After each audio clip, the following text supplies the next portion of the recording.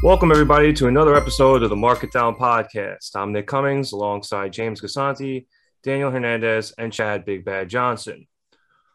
Just had a huge title change over on AEW Dynamite. Sammy Guevara taking the title from God's favorite champion, the Redeemer Miro, in a very, very good match.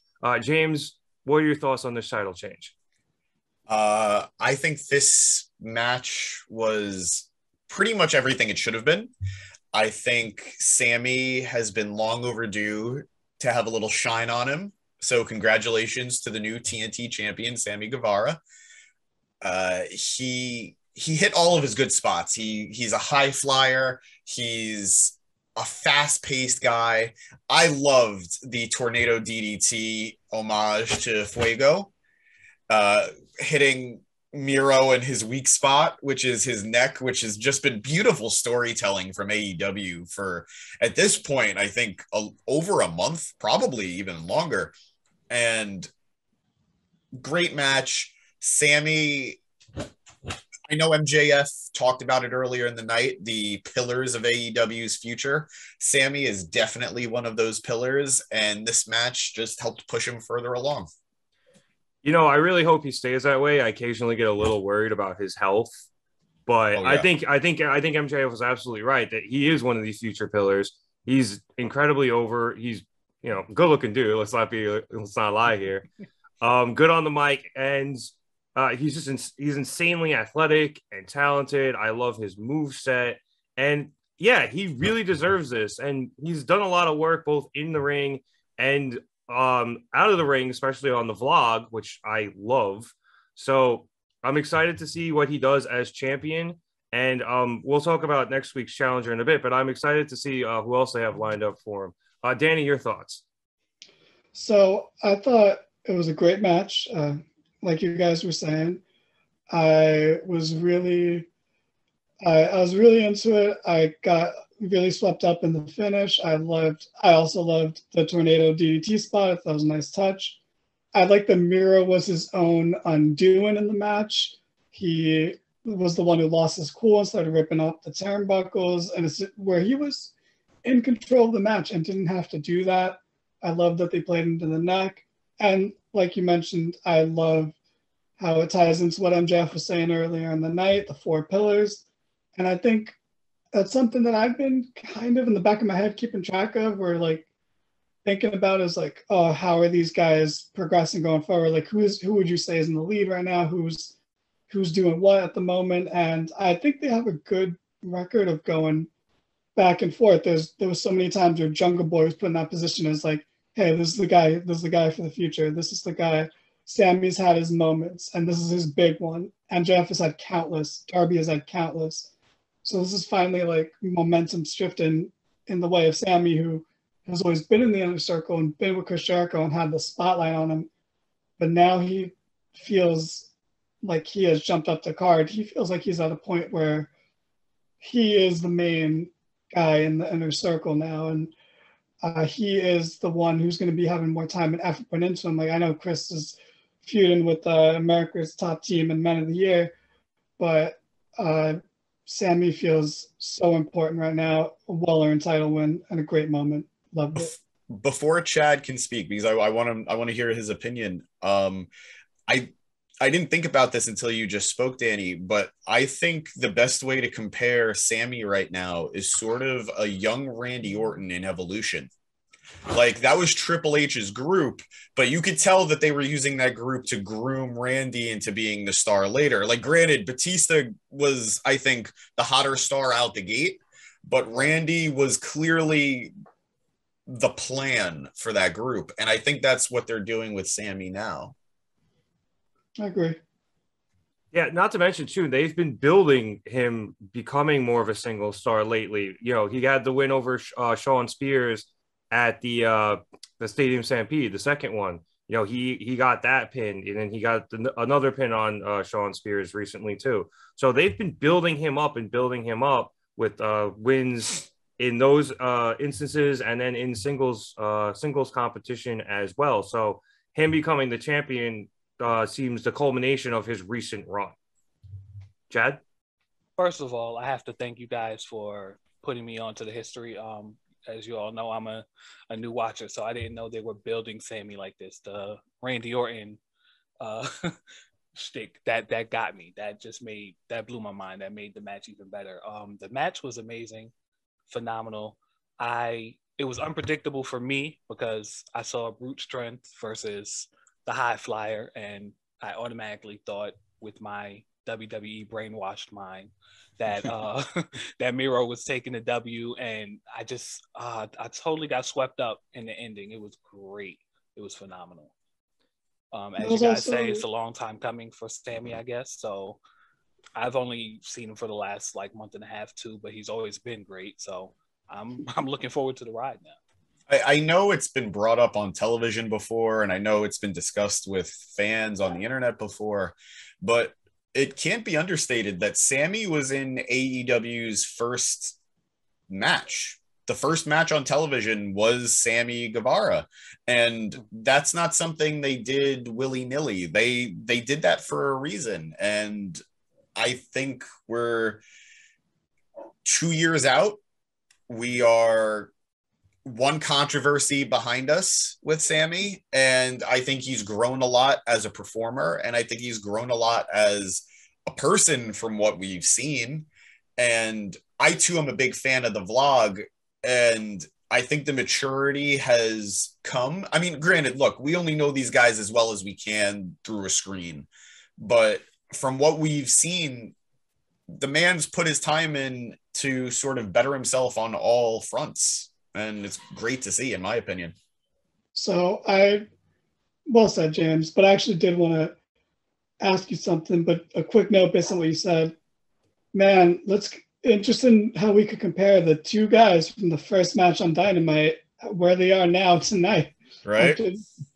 But what I was going to ask you, James, that was Miro's first loss, right? His first singles loss, right? Yeah. So they give him that, like, he's the guy to give Miro his first loss. Like that's a big deal, right? And even though I think Sammy beat him clean, Miro still did look protected. He beat himself by getting aggressive with the turnbuckles. Right. He decided to focus a little too much on Fuego. I don't think Miro looks bad in this loss. No, I mean, he took both of Sammy's finishers as well. He took the 630 and the what's the other one? The HT. Go to hell. Yeah, the go to hell. GTO. Thank you. Jeez. GTH. I can't. GTH. I don't do acronyms. Okay. And he got hit in the head he hit his head on the turnbuckle. Yeah, he took the tornado DDT, then the GTH, and then the 630 senton. That was fantastic. Something I've always wondered in wrestling in general, but I guess it kind of happens a little more in AEW. Taking off the turnbuckle isn't a disqualification. I mean, it's no different than I could put my opponent through the announce table, but if I bring a table out, I'm going to get disqualified. It doesn't make any sense, but semantics. These are the rules. Yeah. I do know in AEW, and I do like the fact that a lot of times they'll be like, oh, the ref is letting this go because they don't want to end this title match in a disqualification. Because, like I said, I think they've only ever had one of those. So I don't hate it. I don't know. It's just a weird thing that happened. I mean, if we're going to be using kayfabe, Sammy, so you don't get disqualified for taking the turnbuckle off. You'd only get disqualified if you intentionally put your opponent into the turnbuckle with it being exposed. That's Sammy not only didn't expose the turnbuckle, he attacked Miro, who then fell into the turnbuckle. He didn't physically grab him and push him onto it or throw him onto it. So no malicious intent. Okay. It seems like semantics, but them be the rules. It's like if you take out a table and set it up, but then you don't actually put the guy through it and he just falls, then it's not a disqualification. All right. I mean, say lovey. Lovey. Moving on, tonight's show was obviously dedicated in honor of Mr. Brody Lee, it being in his hometown. You have to heard of. Yes, it being in his hometown and in the place he was originally supposed to debut over a year ago. And with that, a lot of Dark Order shenanigans occurred tonight. We had a 16-man tag, which included people I didn't even know. The guy who took the pinfall in the Hardy Family Office, I hadn't seen him before. So that was a new one. But no idea. Yes, but tonight was apparently the culmination of all of the infighting within the Dark Order of the last couple of weeks. It took Anna Jay, Ty Conti, -1, and his mother, all of them together. It would be Amanda Huber, all of them together to have Dark Order get their shit together, make up, and win a very good match along with Orange Cassidy. I'm really invested in the Dark Order. I think part of that started obviously with BTE, which basically became at a certain point the let's get Dark Order over machine, and it clearly worked. So I was very happy with the result. I thought the match was really good. I personally think that the Dark Order is as a whole, is incredibly underrated in the ring because A, I think a lot of it gets overshadowed by their character work, and B, a lot of times they're either on Dark or Dark Elevation, and they don't get as much national TV time. So I'm glad that they were able to shine tonight, and I thought they looked really, really good. Danny, what did you think about this segment, this match, and the Dark Order as a whole tonight? So I think it's funny the way you put it, that their in-ring work gets overshadowed by their character work. What a great problem to have for them. Right. Oh man, but it is true. I see what you're saying, but I thought they did great tonight. I thought they handled it well, and like, not to sound insensitive, but like they didn't milk it. Like, I think they paid it the proper amounts of respect, where they didn't try to seem like, because that's the thing that happens. I don't even think it happens in WWE, honestly, but like, it happens in other forms of media, and it becomes almost too like patting yourself on the back for basic, human compassion. I think they struck a perfect balance of paying tribute without going overboard. All they did was basic stuff. They had the match. It was a fun match. Like I said, the in-ring work was great. They let John Silver do his little Cesaro run wild at the end of the tag match. I hope they keep doing that with them. It's a fun spot. It will not get old, so keep doing it. I don't care.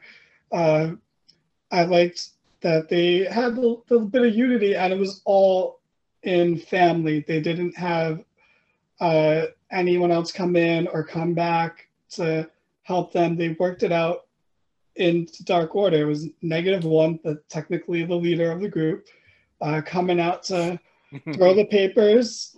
Beautiful moment. Beautiful moment. And yeah, and it was very nice. And then they had the not to jump too far ahead, but they had the women's tag later too, and so they had -1 on the show twice, which is like standard AEW for like the bigger names or the more over people to be on the show twice. It happened multiple times on this show, as well. Like Darby Allin was on the show twice. -1 was on the show twice. A lot of the big names, is funny to say, on the show. You act like -1 is the biggest name in the company. I know, it just felt weird putting Darby in on the same category. But yeah, I thought it was very well done. And I feel bad. It's one of those things. You feel so bad when you think about it. Like, that was the first week of the pandemic for AEW. Like, that was gonna be their biggest show at that point by far, and it still was to a degree. But like it would be unforgettable if we had that crowd there for that. And you feel bad when you think back about that, and that's why Matt Hardy was on the show twice too, because that was his debut too. It's not as big a deal for Matt Hardy coming back there, but you kind of feel bad for everyone involved, for Brody, for the fans. Like, it was such a sad missed opportunity that was just due to the circumstances of the world. I thought Matt was able to get some pretty good heat mentioning the fact that it was supposed to be his debut and that the people of Rochester actually didn't deserve it. Yeah. So that he actually lucked out on that. Chad, so I guess, as you said before, you're new to Dynamite, at least relatively. So what are your thoughts on the Dark Order as you see them now? And what did you think about everything that went on tonight? I think the segment was tasteful as hell. It was beautiful. The match was great. I'm really invested in the Dark Order now. Like, even as a newbie, like that, they are very underrated. I think everything was like you said. It's so many characters just put together, but the way that it's gelled and the chemistry and the promos and everything I've been seeing forever is like, it's really good. It's really good. I think everything was very tasteful. It's very bittersweet, of course, as you guys said before, but everything else went well. And I love Orange Cassidy, number one fan. Number one fan. Yeah. James, what did you got for this segment? First of all, Danny said it, and I just want to reiterate it. Major props to AEW, major props to Tony Khan for not milking this into feeling like exploitative. Right. They did not advertise this show leading up to it for tickets as the come see the Brody Lee tribute show. They didn't do that. That would have been really easy for them, and they didn't do it. And that takes a lot of dignity, and that takes a lot of control, and major props to them for that. The match itself was a lot of fun. Nick, you touched on it, how underrated these guys are in the ring. Right. The truth is, none of these guys, except for Preston Vance, 10 and 5, Alan Angels, are rookies. Every member of the group has been wrestling for years and years at this point, going from Colt Cabana, who is the indie godfather to a lot of people, and Stu Grayson and Evil Uno, and the Beaver Boys, John Silver and Alex Reynolds. Like, none of these guys are like the new kids on the block. It's just they feel so fresh to us because how they've been presented as the Dark Order, and for the most part, this is their first time on national television. I would love to see a Dark Order tag team title reign somewhere in the future. I think this match is further proof of how good any of those combos could be. I am going to make a bold statement in saying that I think Silver might have the best hot tag in wrestling right now. It's up there. I'm sure that you can make an argument with other people, but it's so exciting. His chemistry with Reynolds is phenomenal, and they bounce off each other beautifully. And then even if you want to focus on Uno and Grayson, who are, I guess, the veterans of the group, what can we say about them that hasn't been said more recently? Grayson is a hidden gem. Uno does great character work. He's slimmed down and he looks great, and they're just killing it. They're just killing it. I've been waiting for the Dark Order story to really take a step forward. I think we've all been waiting on Hangman to come back. Mm-hmm. I loved seeing Brody Jr. I loved seeing Ty Conti and Anna. And I personally, I'm a big fan of Amanda Huber. I follow her on social media. I think this woman has so much strength, is so resilient. And to see her, I'm sure she's not looking to be a part of the wrestling world in that capacity anymore. But her little involvement tonight felt so natural, felt so real, didn't feel dirty in a way that felt like a dirty angle. It just felt normal and natural. And I think it was such a beautiful payoff. And the truth is, I think there is still more to come. Obviously, Hangman is going to play a part when he comes back, whenever that may be. We're not sure. There is somebody who I'm sure we're going to talk about shortly, who we're all sort of waiting to see if/when he debuts, what his role will be with this group. And even the individual members who are there every week. Alan Angels ripped off his mask tonight. That's big. He ripped off his mask. Well, what does that mean going forward? We saw him in that promo with Sammy because he's part of the vlog crew. Is he going to be spending less time with the Dark Order, and is he going to be spending more time with Sammy? Anna Jay was wearing matching gear with Ty Conti. Does this mean she's going to be spending less time with the Dark Order? These are all questions that are hopefully we're going to see explored very shortly. But AEW just continues to hold my faith and a little bit of patience. I know I'm going to be paid off. Tune in next week on Dragon Ball Z. I think really quickly, you talking about Amanda Huber, we'd be a little remiss at not mentioning the new charity that they set up, the John Huber Foundation. So that was, like you said, beautiful, and go donate to that if you can. In terms of Silver and Reynolds' chemistry, I love that spot they have where they hit like the 5 moves in like 3 seconds. I think that as part of Silver's hot tag is one of the best combinations in all of wrestling right now out of any tag team I've seen anywhere in any company, not just AEW, but or WWE, but even like seeing the occasional matches in Impact or New Japan. I haven't seen anything that hits that hard and that quickly, and I love it. One more thing. Did you guys see Ten's mask?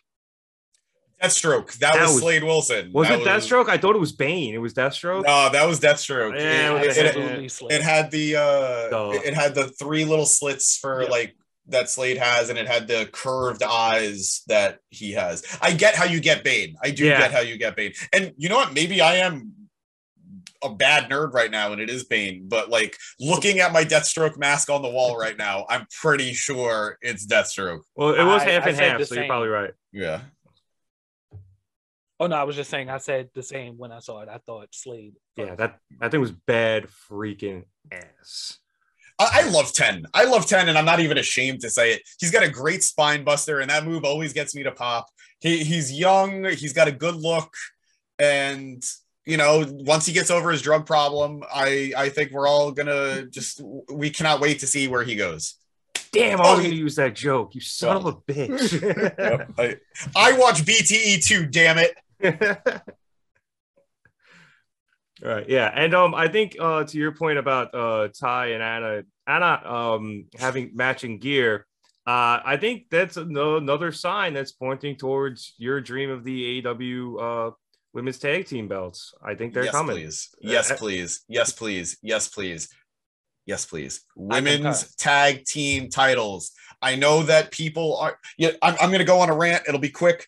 I know people don't think AEW's women's division is all that compared to WWE's or Impact's or some other places. It's fine. Excuse me. Oh, so sorry. But you know what? They have built a strong division. It's still growing. It's still somewhat green. But you know what? I'm invested in most of these women at this point. I want to see where they go. And for them to get more television time, it's just the nature of the beast with wrestling. There needs to be more championships involved. Give them their own tag team belts. Build a tag team division. And the way AEW handles tag teams, just because you're in a tag team doesn't mean you're locked into it. You can also be a singles star. So if Anna Jay wants to, on 1 week, go for the tag titles, but then the next week fight Britt Baker, let it happen. I'm in for it. What? So piggyback on your rant that I'm going to make longer, even though you said it was going to be real quick. I like the idea of that is because for the women's division, one of the main differences between the men and the women's division that I think maybe isn't always noticeable, but once you do notice it, it's kind of like it's glaring. There aren't women factions. Like the whole men roster is faction. The women, maybe they have one friend at most, and like that's it. The women need factions, and if you have a tag team title, that encourages more groups. Like, and I'm all for that for the women's division. So I'm there with you, James. What, you didn't like Brandy Rhodes's stable that she had early on in AEW? The Nightmare Collective. I couldn't even remember the name. I was about to Google it, but it wasn't worth the Google search. I forget who it was, but that poor woman shaved her head, and then like the next week she was off TV because they just ditched the whole thing. Yeah. Well, I mean, the woman was Shanna, and she's kind of. I might out myself as somewhat liberal here, but she's a shitbag. So. Whoops. That. Whoops. Sorry. Oh, well. Okay. We don't need to get into it, but she there's a reason she got fired from AEW. That's all I'm gonna say. Well, Danny, to your point, I think a lot of the things that happen now with the women is instead of them having their own No, I just have the word collective in my head. Stables. There we go. Their own stables. They're like in other stables. Like the bunny is in, the Hardy family office, and she runs with Butcher and Blade, and Anna's in Dark Order, and Ty's like she's like Dark Order and Friends. I think they tend to do that more, which I like. Like keep the women and the men together, keep the divisions moving. Just make more continuity, bringing it together more. I enjoy that, but I would like to see a full blown women's stable. And I honestly, they almost teased that a couple of weeks ago before the Casino Battle Royal at the pay per view, when they had Jade and Nyla beat up Thunder Rosa, and then they turned on each other in the Battle Royal, and now we have that triple threat coming up on Friday. So I'm really excited to see that. And then also then next week too, we have Shida versus Serena Deeb, and Shida's going for her 50th win in AEW, which I imagine would give she would be the first woman in AEW to do that the way they're booking it. So that's really hype. I think that means, more give them women more TV time. I think they only take advantage of every second they get, and they're really good at it. So just keep it moving, keep building them. And, the naysayers will eventually have to stop, because there is some serious talent there. Serious talent. Just to piggyback off what you said, I think the division is fine. I think with a little bit of patience and more growth, we get everything that we're asking for. I definitely see the tag team titles coming, and it's going to be awesome. And I think the women talent is phenomenal right now at this very moment. Yeah, I mean, I don't know how you can doubt that. I mean, the top of your roster right now is obviously Britt Baker. You have Ruby Soho, Shida, Serena Deeb. You have the 4 women in the match tonight. Anna and Ty, and then I know Penelope Ford might be the best wrestler, but she's still really good, I think. And the Bunny, and then you have the 3 women in the triple threat on Friday. There's a lot of talent, and I haven't even said Riho's name yet, nor anybody else coming over from Japan. So, trust me, that roster is way more stacked than anybody realized. And I think the pandemic took a serious hit on that roster and what they wanted to do. And now that things are starting to slowly open back up a little bit. I think Emi Sakura has been back a bit over on Dark and Dark Elevation sometimes. So Maki Ito. Yes, mini Maki Ito back. We simp. And so people are coming, and it's going to be good. Just let them build it. I think this company has given us enough reason to have faith in them that they will do right by this division. Hey, Nick. Yeah. Remember when this segment started as a Dark Order segment? Well, yeah, that's why I just made it a new segment on the Timekeeper. Well, new segment alert again. Yeah, is it weird? Yes. Speaking of factions, the Elite had a nice little promo after. Yes, the Elite had a nice promo after Adam Cole's victory over Jungle Boy. Got to actually see Chad Too Bad, not you, Chad. Carl Anderson on the mic, which doesn't really happen that much in AEW, which is surprising. I love him on the mic, so I was nice to hear from him. They talked a bunch of shit, as they want to do, and Brian came back out to challenge anybody in the Elite. Eventually, he charged the ring with Jungle Boy, Luchasaurus, and Christian Cage. The Elite fled, as they are wont to do, and that is now setting up for a Friday Night Rampage match, where I think is going to be a really good match. Nick Jackson against Daniel Bryan. Brian Danielson. Got to get used to that. Danny, we'll start with you. How'd you like the Elite? What do you think of Brian's challenge and the match on Friday coming up? So, I cannot wait for this match. I think it's going to be amazing. I think Brian in 2 matches is going to have the 2 best matches of the year on AEW's calendar so far in just 2 matches. The segment I loved the Jungle Boy Adam Cole match. Really fun. I like CM Punk's little line on commentary when Cole was coming out. He's like, he seems like the type of guy to listen to his own theme song in the gym. But the match was fun. Cole got the win. They got a great promo. Kenny is so good on the mic, and I feel like people don't talk about that a lot because they just talk about him as the best bout machine. But he has that voice. Like, she has a showman's voice. Like, he sounds like he can be on stage, like when he's talking. He has that sound to him. So like, promo was great. Had a little bit of Brandon Cutler. Had a lot of Carl Anderson. Had Knock. I think everyone got at least a couple of words in. It was fun.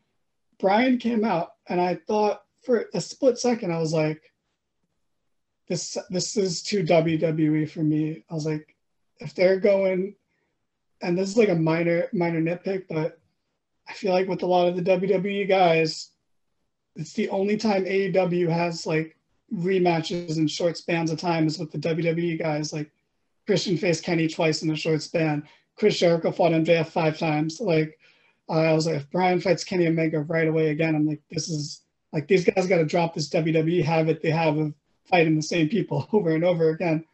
But it quickly got over that when I'm like, yeah, he really got a no balls chant going.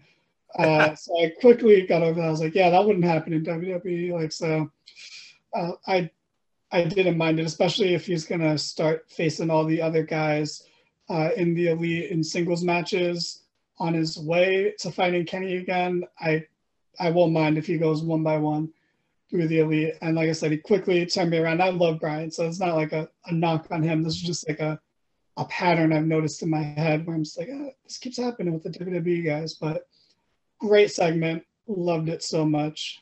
What'd you guys think? Oh, I just thought the no balls thing. Brian is so corny sometimes in the best way possible. Yeah. It's like, who else is gonna get a no balls chant going? For fuck's sake. Chad, how'd you like this stuff? As the CM Punk mark, let me preface this by I think he's doing phenomenal on commentary. I mean, I know we want to see him in the ring, but commentary was great. I have to say, honestly, as someone who's super huge on Brian, I think I myself may have underestimated Kenny Omega. I have to say that. As Danny said, he's phenomenal on the mic. He clearly has the look. He's one of the greatest wrestlers in the world. We've seen that time and time again. He has the belt. He has, like, I think his total package-ness was maybe not seen by me until tonight. Like, when I saw it, I was like, okay, flashy guy with the stable. I know some people think he's goofy, but now with the heel antics and shit, I'm like, yeah, this guy he's the real deal. As for the Adam Cole and Jungle Boy match, I thought it was phenomenal. I love Jungle Boy. I love Adam Cole. That was great. The whole Elite segment was good. It was great to hear from Carl Anderson. I mean, it's an abundance of great shit on Dynamite and AEW, period, that is so hard to pinpoint everything you like when you like everything. Like, I don't know what else to really say. It's grade A shit all the time. Everything is just good, man. It's good. It makes me really, really just love wrestling again. It's like nostalgia for me. As opposed to high quality horse shit in other places. Exactly. My sentiments exactly. You know, I was laughing during that Jungle Boy Adam Cole match where, again, I also found it very, very good. I was laughing towards the end. I was like, damn, Adam Cole brought over low blows from WWE. after the weekend they had. James? I am an Elite mark. I have no shame in saying that. I think the Cole Jungle Boy match was fantastic. Jungle Boy's protected by taking that low blow. Took the Panama Sunrise brutally, made it look brutal, and Cole looked like the dastardly heel who could go. It's not that he needed to cheat to win. He just wanted to cheat to win. Like, he's that good. Like, I could beat you in multiple ways, but I'm just gonna kick you in the dick because I want to. I love that in a heel. I love the segment with all the guys on the mic, even Nakazawa and Cutler just being an utter goofball. I've heard criticisms about Kenny's mic work for years now. A lot of it has to do with a couple of different factors. One, Kenny's mic work is very Japanese style. It's very loud, it's very punctuated, and it's very sharp.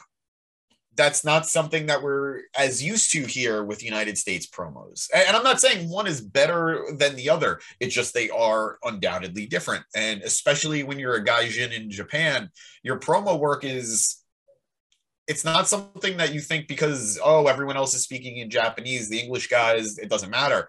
Their promos are just as important. Kenny, and I've said this multiple times in the past, and I'm saying it again now, Kenny works best when he is in his element as an anime mob boss, villain, gangster, bad guy. That's what he is. He is an anime villain. He is the final boss. He's gonna monologue. He's gonna cackle. He's gonna ridicule you, make himself look good. He unable to accept reality on some occasions. And for most US viewers who've only had Kenny from Dynamite on, he was only a babyface. He was only ever a babyface. When he was facing Moxley, we were seeing some of that dark side come out. And I'm saying the first time he faced Moxley, we saw some of that dark side come out, but then it went away again when he started teaming with Hangman. And then when he went full on heel, we're seeing Kenny Omega unleashed. Some people might not like the style, but he is top of his game at what he's doing. And I know he's the funny heel, but no, I just think he's a heel with personality. He's not just, I'm a bad guy, ha ha ha, look how cool I am. He's a guy who is a colorful heel. And I know that takes adjusting for some viewers. I think I understood what Danny was saying. It's like, okay, Bryan shouldn't be still involved with the Elite. That match was meant to be a one-off. That's how it was advertised. If Bryan had won, that's a different story. But he didn't win. It was a tie. So I love that he's going to go through the Elite. I think Nick Jackson, who has great tag matches with his brother. I think the Young Bucks are some of the best tag team wrestlers in the world. I think Nick is very underrated as a singles guy. Whenever he has a singles match, he's phenomenal. I'm not saying I want a merch freak run. That's another BTE reference for everyone. Go back and watch it. But the guy can wrestle one-on-one. And I think him versus Bryan is going to be a highlight for the week. Not just Friday, but for the whole week. I mean, you had that match versus Phoenix he had. And, oh, good Lord. Yeah. The two of them, their chemistry is unbelievable. Yeah, I'd say he's not underrated. I think they just treat it as a rare occasion. Yes. As they should. Like they, and yes. I love that they do that. But I'm actually interested that they had Nick be the first guy that Bryan's going to face from the Elite. If we all are in agreement that we think he's going to face every member of the Elite. Absolutely. I'm not saying I wanted him versus Nakazawa or him versus Cutler out the gate, but I'm surprised we didn't get those matches. Oh, of course. Have a handicap match. Have Bryan versus Nakazawa and Cutler. How great and fun would that be? But I was expecting a Good Brothers loss, if I'm being honest. I was expecting either Anderson or Gallows to be the first guy and then working your way up to the Bucks. But I am pleasantly surprised, and I think the match is going to kill on Rampage. Absolutely. I agree. Yeah, it's going to be a banger. And, you know, back to your points with Kenny, I was going to say the same thing. You've been in my head all night tonight. I've also heard a lot of criticism about Kenny's mic work in America. I mean, or Kenny's mic work in general, I guess. You know, you have, 69 Midan and stuff like that. But I think, beautiful. Yeah, you called him an anime villain. I consider him more of like a sociopath or a psychopath, depending on the definition of. I always get them confused, but you know what I mean. Like almost like a Batman the Animated Series Joker-esque kind of villain, where he's just trying to be funny, but like he will kill somebody on a moment's notice. I mean, he killed Adam Cole for fuck's sake. You know, like that type of guy. So when he's at his best, when he can be the crazed lunatic or just the straight stone cold guy. And yeah, he could do the funny shit. But I think those are his two best like modes of promo. Just to go back to Grand Slam real quick. Kenny had an epic moment before the match started with Bryan, where the crowd is just going wild for Bryan, you know, like this is the moment they've been waiting for. And then the camera caught him at a great moment, and he's just stone cold faced, blank, saying, I don't give a shit. I don't give a shit. And that was so friggin' epic. That was so cool because that switch turned. Mm-hmm. Oh my God, I'm not dealing with the goofball. That's what Bryan's been calling the Elite, a bunch of goofs. This is best bout machine, Kenny Omega, the man who got 7 stars at the Tokyo Dome. I think it was at the Tokyo Dome. Yeah. Do you think Meltzer would give 7 stars anywhere else but the Tokyo Dome? Fair enough. And I think wrestlers who can be multifaceted are so important. If you become a one-dimensional character, you lose a lot of steam. The moment you show different sides of your personality is the moment where your longevity really comes into play. And the fact that he turned all the goofiness off the second the match started and the match ended, we don't get a promo from him after. This is the first time really hearing from him a week later, and he's right back to being goofy because he's basically like, okay, I'm done with that. I can stop being serious again, and just like, that's all of his insecurities coming right back to the forefront. He's like, he was secure for a moment. He's like, I did the thing. I didn't lose the match. I can now go on and brag and make myself feel better. And I don't know. I think that's a perfectly fine bit of character work for Kenny to do in these scenarios. Yeah, you know, I saw somebody on the Square Circle the other day talking about, at his core, Kenny's character is insecure, and he surrounds himself with, you know, people who are actually winners. You know, obviously the Bucks, and then everybody else in Bullet Club back in the day, and now you bring in Adam Cole, baby, and you know, even Hangman at the time when he was hanging with Hangman I think had almost every pinfall, at least every pay-per-view pinfall for all of their all of their tag team title wins, you know, first the original and then their defenses. And then once Hangman outlived his usefulness, then he was gone. And Kenny had to surround himself with new people to make him feel less insecure. So I'm gonna give us story time, baby. Kenny Omega's run in Japan started because he wanted to wrestle and be acquainted with Kota Ibushi.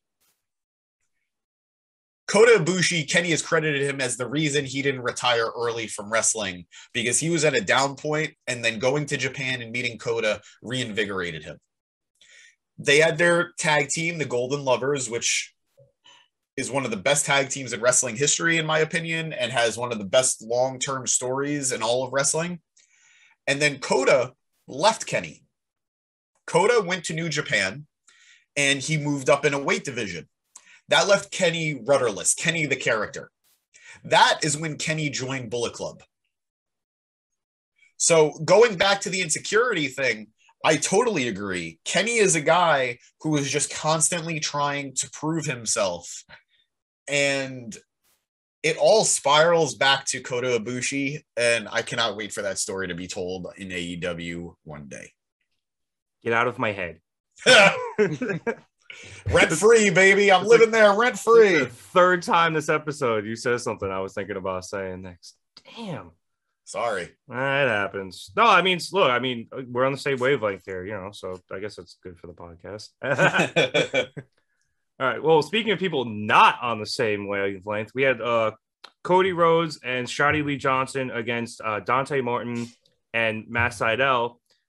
Good match. I really like that we had Lee Johnson against Dante Martin, because those two dudes are really young high flyers. I really want to see a dunk contest between Dante Martin and Montez Ford, because those dudes have some serious ups. But post match, I think, was telling, because Shida Lee got the pin, which I thought was very interesting, and then B, it appears that Arn Anderson has broken up with Cody, so to speak, and he has taken Shida Lee Johnson with him, basically calling Cody a loser because of the way he's been facing Malachi Black. and called Shotty a winner and said, hey, at least you'll listen to me, and they left. So, Chad, I know you had some interesting thoughts on this, especially Arn's story time there. So let's hear him. I thought that shit was gold, man. Arn said he had the Glock. He's toting the Glock. That's beautiful for television. That was great. That was an epic moment for me because I'm like, I don't get that rawness, uncensored, insensitive shit anymore. And that was just it tapped into my rated R mode. That was good. Good shit. James. I said it before we started recording. Arn Anderson calling Cody Rhodes a loser might be one of my favorite wrestling moments of the year. I like Cody, I do, but I think he definitely needs a reset in some way, and I think they're definitely setting him up for that. I'm kind of surprised that we're seeing Arn, I guess, stay in the babyface route, because I kind of just want to see him reunited with Tully at this point as heels. But I am all for a Cody reset, a Cody most likely heel turn, most likely coming, and who knows, I don't want to see the Malachi Black Cody story continue, just because I don't need either Cody to finally get his win, or I don't think Malachi needs a third win against Cody. I would rather see him go elsewhere. But at the very least, Cody has a direction, which I feel even before he left for a little bit with the Malachi stuff, he's felt rather directionless. And I think a lot of that has to do with the fact that he can't go for the AEW title until something happens. Like, I feel like heel Cody's not going to give a shit, and eventually he will go for the title, but he's just been rather stagnant since losing the TNT title and just taking random feuds with whoever's jumping him this week. Yeah, see, that was such a dumb stipulation, because then it leads to this, and then B, I feel like that kind of erodes some of the faith that that AEW has got with us, because they stick to their stipulations. So if they go against that, that'd be really dumb. But go ahead.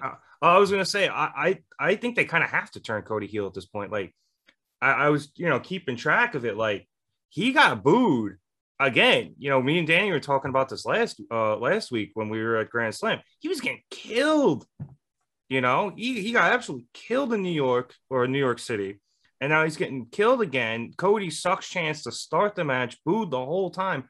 They might have to turn him heel. The only time I've seen him get cheered in the last month was when he came out and defended Rosario Dawson. And I think MJF would have gotten cheered if he defended Rosario Dawson. She is an American treasure. So it's true. It's true. Even in a galaxy far, far away, we treasure Rosario Dawson too. Yeah. So yeah, they have to turn him heel, I think. Or I don't know, maybe not. Maybe they figure it out and they don't. But the way the crowd's reacting to him, I think they just kind of have to roll with it. What do you think, Danny? I have mixed feelings on everything about this. Everything Arn said was hilarious, but I don't like. It didn't sit well with me. Not what he said. Like I said, what he said was hilarious. But to start from the beginning of the match, like Cody's entrance is still awesome. So he doesn't get booed as much during the entrance. But like once the entrance is done, it's just like Cody sucks, like kind of thing. But when they were having the little pre-match meeting with Arn, he was saying he wanted Lee to start the match, but Cody just was like, all right, cool, I hear you, and then just went in the ring right away. So I was like, I literally wrote in my notes, like, Cody is self-aware. He gets it. Like, he's trying to make us think, in the interviews he's saying, like, he sees himself, like, he was going the John Cena route of, like, approaching this, but no, that was the first time where I was like, oh, thank God he is aware of what's going on and he's playing into it. So that was good. The match was fun. It was okay. Cody was wrestling like a baby face who's on the verge of turning heel. I don't have a better way to put it. But small nitpick, stop pinning Dante Martin. I know beating him in the match with the Elite was what got him over because he looked great in that match, but you don't keep pinning the guy afterwards. There's a perfectly good Matt Sydal right there to pin. Like, why are we pinning Martin? Hey, you got to protect Matt Sydal, man. You got to keep him protected for his eventual world title run where he'll fuck up another shooting star splash. I felt like a dick saying that, but oh, man. Yeah, that was like the meanest thing you've ever said on this podcast, man. I love Sydal. I do, but do like you? he's exactly where he should be. Yeah. He's a tag team guy who should be helping feuds go along, and he should be taking pins, not Dante Martin. Yeah, I agree. Though. Look at that. Look at that. Yeah. But yeah, then the post match stuff came out. That felt out of place to me because I felt like this is a moment where Cody should have been the one to walk away from them instead of them walking away from Cody. Because are we supposed to sympathize with Cody now? Like, I don't understand the logic here. Because yeah, if he goes against Black again, that's terrible. There's no winner there at all. It's not a good look. And then again, like I said earlier, it's falling into the WWE route of too many rematches. Because as good as the story was with MJF and Jericho getting that win, what did that do? Like, that run its course. Anything after that? Yeah. Like, MJF is so good that we're already not even thinking about that anymore because he's just cutting some of the best promos ever, like week after week. But like with Jericho, like, does he feel better now? Like, no, it felt kind of pointless. So if they do that with Cody and Black, it's gonna feel like that, where Cody wins and that kills a lot of Black's momentum, or Black wins and it's like, well, what does it really matter? So I was a little confused by the ending here, but again, everything Aaron said was hilarious. So like it almost balances out for me, but I'm leaning more towards this wasn't good for me. I didn't think this segment hit the way it should have. I wonder if they're using this as like Cody's slow descent. I don't want to say into madness, but perhaps just like absolute despair. Or he's starting to lose everything, not just matches, but now he lost, Arn, his coach, and maybe, one of his major proteges, and Shida. Maybe eventually, Dustin moves on. Obviously, they can't have Brandy leave unless they want to take her off TV so she can, stay home with their child. But, they can't have her leave. So, I don't know, maybe it's something like that, and that's what turns him heel, and then maybe he thinks his only way out is to break his stipulation and go for the AEW championship, even though I wouldn't necessarily like that. Just rampant speculation here, but maybe that's what they're going for, just to break Cody all the way down.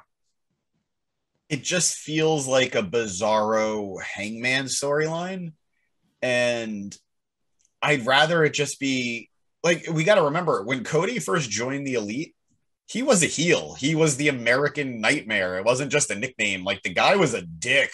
Cody is a great heel. Like, I know we haven't really seen it in AEW. I'm sure some of you guys have seen it in WWE, or if you haven't watched New Japan or Ring of Honor, but Cody as a heel is a maniac, like conspiring, manipulative, just downright, like he's an asshole. And it's great. He works that character well. So I'd rather it just be Cody saying, you know what? I don't want to be the nice guy anymore. Like, what is it getting me? I can't be a champion. Everyone's leaving. Fuck it. Let me be who I want to be. As opposed to, I've lost everything and now, I'm despair. It's like, no, let him say, I'm going to have fun now. I'd rather that. Yeah. Or actually only like Cody Rhodes as a heel. Sorry. Yeah. There you go. No, I like that. I get it. It is what it is. I remember dashing Cody Rhodes back in the day. Right. Yeah. And then, I mean, for those of you who didn't watch New Japan, when he was, and Ring of Honor, when he was in Bullet Club, there was a very long storyline about him slowly manipulating Hangman, and he was trying to manipulate the Bucks and Marty, all trying to get them to turn against Kenny so he could take over Bullet Club. Like, that was a whole thing. Bullet Club is fine. Bullet Club is fine. What the hell's a Coop's problem? Fuck that guy. But yeah, so like Cody does very well in the master manipulator role. So I would enjoy seeing that guy come back too, or even an updated version of it. All right. I guess we have a few more notes here from Dynamite. Just some interesting things I saw. If you guys have anything else, feel free to throw it in. The Lucha Brothers had the Triple A tag team titles along with the AEW tag team titles on their shoulder during their promotion with Andrade. I was interested the way Andrade was talking. It sounded like he might go for the AAA titles and not the AEW ones. So with his friends, whoever that may be. So I thought that was cool. I love Mexican wrestling. I love the lucha style. I have some knowledge of Andrade's past before NXT, before WWE. I know he was part of Los Ignorables, and I think I keep waiting for him to start teaming up with, I guess, Rush from Ring of Honor and his faction, or even bringing in someone from New Japan, although I don't see how that would work for the AAA title. So I know Rush's contract with Ring of Honor is up in January. I don't see this storyline extending that long, but maybe that's where they're going. Maybe he's going to bring in someone from his past, from the faction, or I think it'd be cool to see him wearing some gold, and I'm sure AAA wants to put something on him to keep him attached to them, especially after the fact that he didn't take the title off Kenny in the first place. So I think this is a win. He gets a win in a storyline against the Lucha Bros. The Lucha Bros don't lose the tag titles for AEW. Cool by me. Does Kenny still have the mega title? Yeah. So in Mexico, they don't care so much about championships as they do about masks. So I'm sure, and hair. Yes, and hair. So I'm sure they don't really care about having Kenny being the champion all this time, just because there are bigger things to them. So, and he's a big star. So it's a win for AAA to keep him too. Yeah. So I've always found it interesting because, I knew that about Mexican wrestling, but I just don't understand why he doesn't carry the title more. I think we've mentioned before on the pod that they don't really do that with letting the titles go on other shows unless something important's happening. But I think just the promotion of him having the title on AEW every week would be way better than it just sitting in his closet. I want the others to speak, but I think the answer is, now that the belt collector story is over, I think they just want to focus on Kenny Omega being the AEW champion. And if there's an opportunity for that belt to come back out, I'm sure they will, but it's not the pressing thing in the forefront right now. Yes, sir. You guys like the titles being on there, Danny?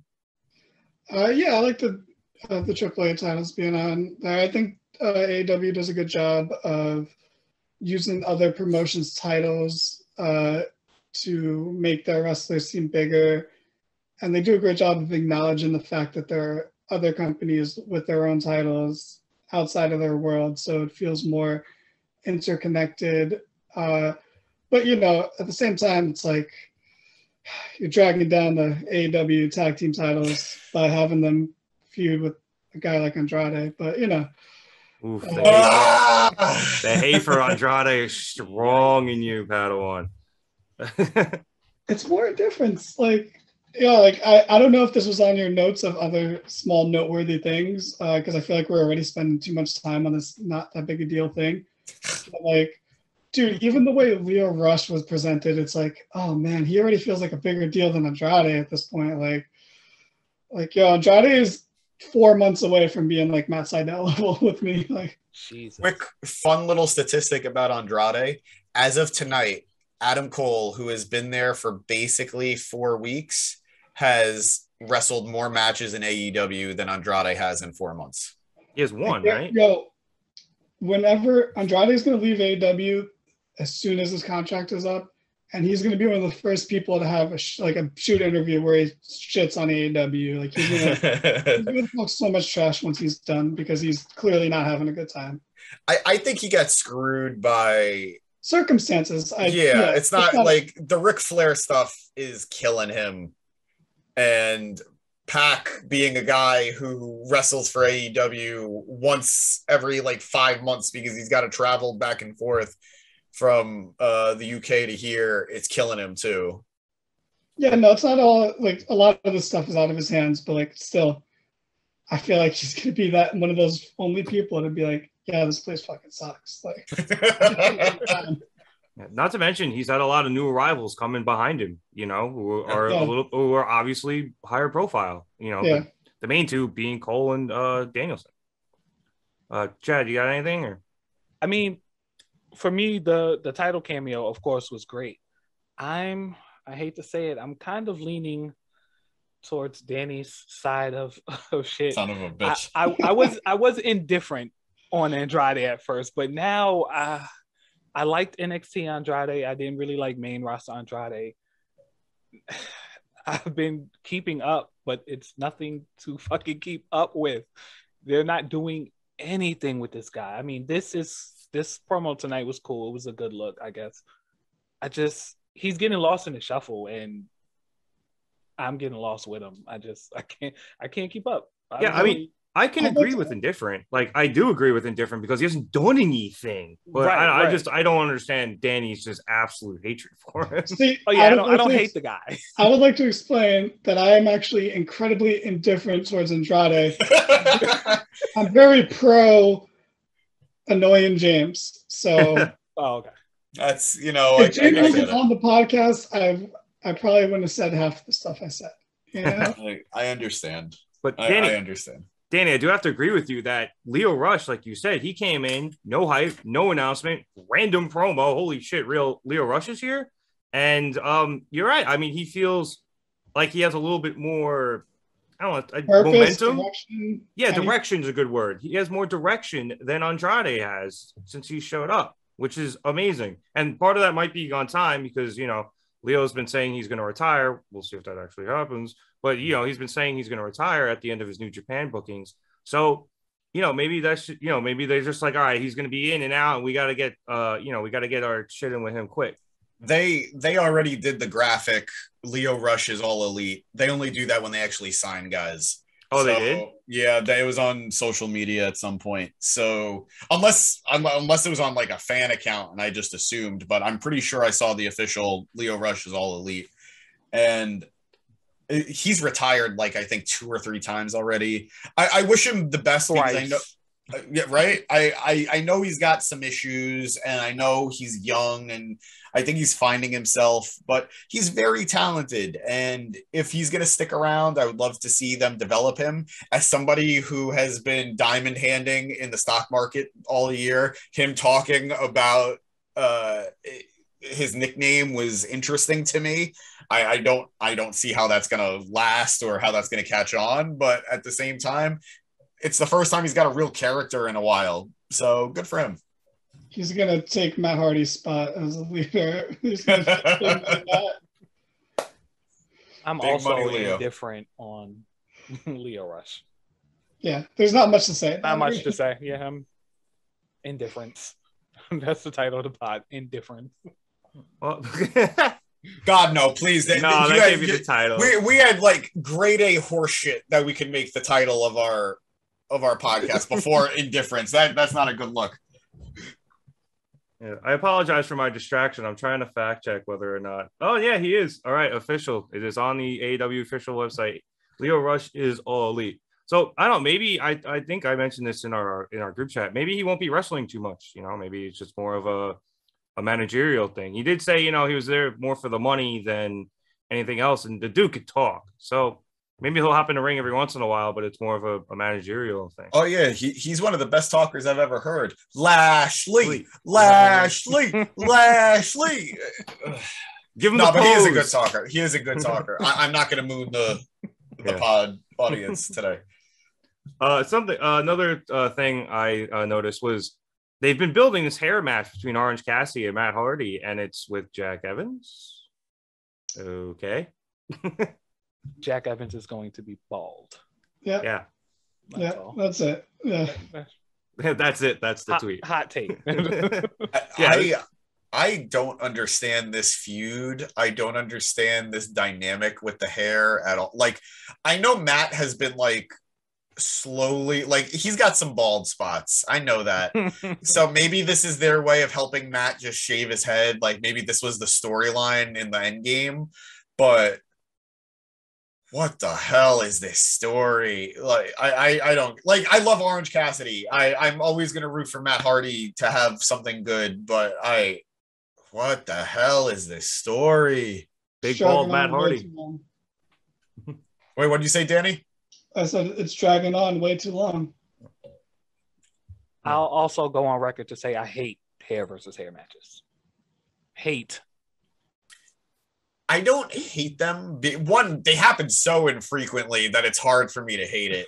At least in America. Yeah, at least in America. But like when it's happened in the past, at least like it's because someone is going bald and they want to do it. Like Kurt Angle, Angle losing his hair to Edge. It was like he was going to shave his head anyway. So it's like, why not make it a match, you know?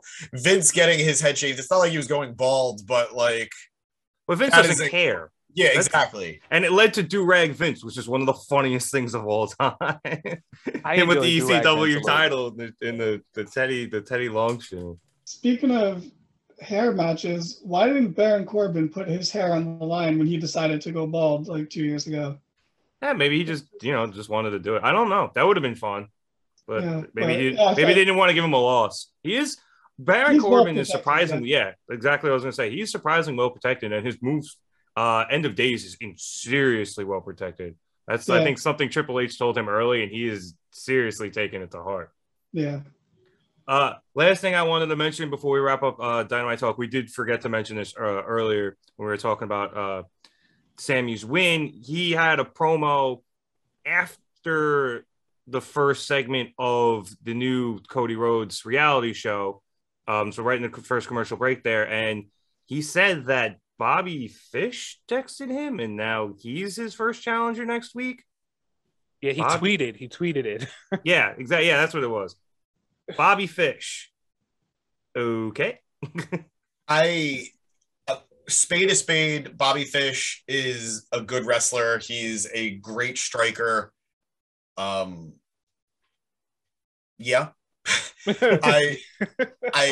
I don't know how this happened.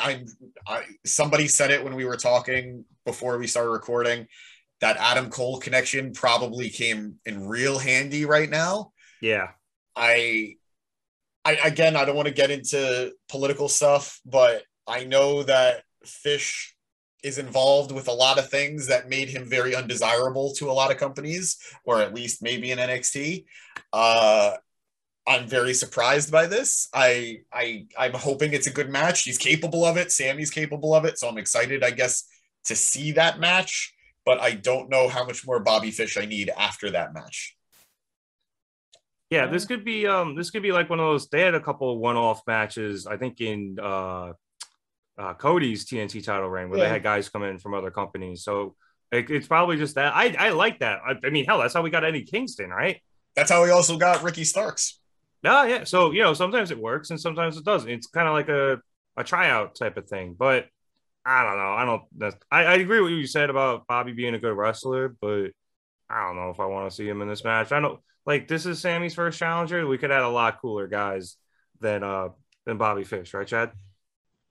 Listen, I don't want to say that I don't want to see it, but I don't fucking want to see it.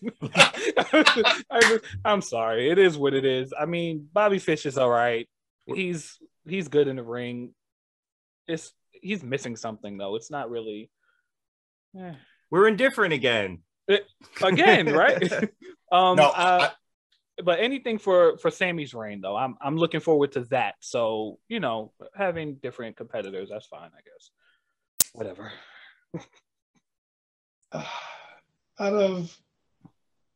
This is the last person from the Undisputed Era I wanted to come over to AEW.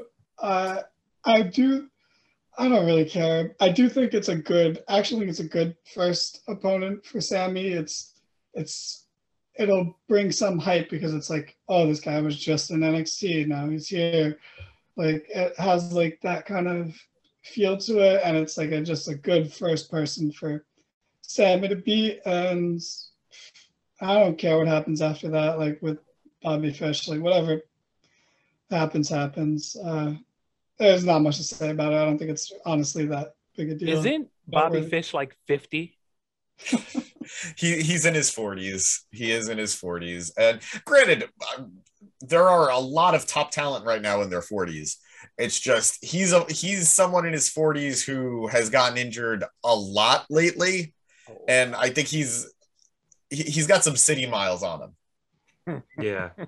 Well, I mean, even when he was in Undisputed Era, didn't he not hold the tag team titles for a really long time? Like it was Roddy and Kyle O'Reilly. Mm-hmm. Yeah, he was a tag team champion with Kyle, but yeah, there were times that he couldn't defend the belt and they freebirded the belts. Yeah, and which I'm a fan of in general. Yeah, but I think freebirding's awesome. Yeah. Oh yeah, I love freebirding. Yeah. Phrasing? Anybody? Yeah. For those at home who aren't sure what freebirding, all right, we're not going to explain it. It's exactly what you think it is. Freebirding is exactly what you think it is. Go look up the Fabulous Freebirds, kids. You already gave them too much. Yeah. Well, this is a wrestling podcast. Get your mind out of the gutter. Or don't. Moving on from AEW, this past Sunday, WWE had their Extreme Rules pay-per-view, which wasn't so extreme, but okay. A lot of things happened on the pay-per-view, a lot of newsworthy events. The card started with the New Day, which obviously includes WWE Heavyweight Champion Big E facing off against Omos, AJ Styles, and the almighty Bobby Lashley. Chad, excuse me, I know you have a lot of opinions on this match, so I would love to hear what you have to say about it. In the words of Randy Orton, stupid. Just stupid. Where do I start? You have the fucking newly crowned WWE champion, Big E, who deserves so much more than this. Nothing advertised, nothing promoted. He's just randomly in a fucking 6-man tag match. If I may, I think they did something on the pre-show to establish the match. I think that's how that came to be. Oh, did they?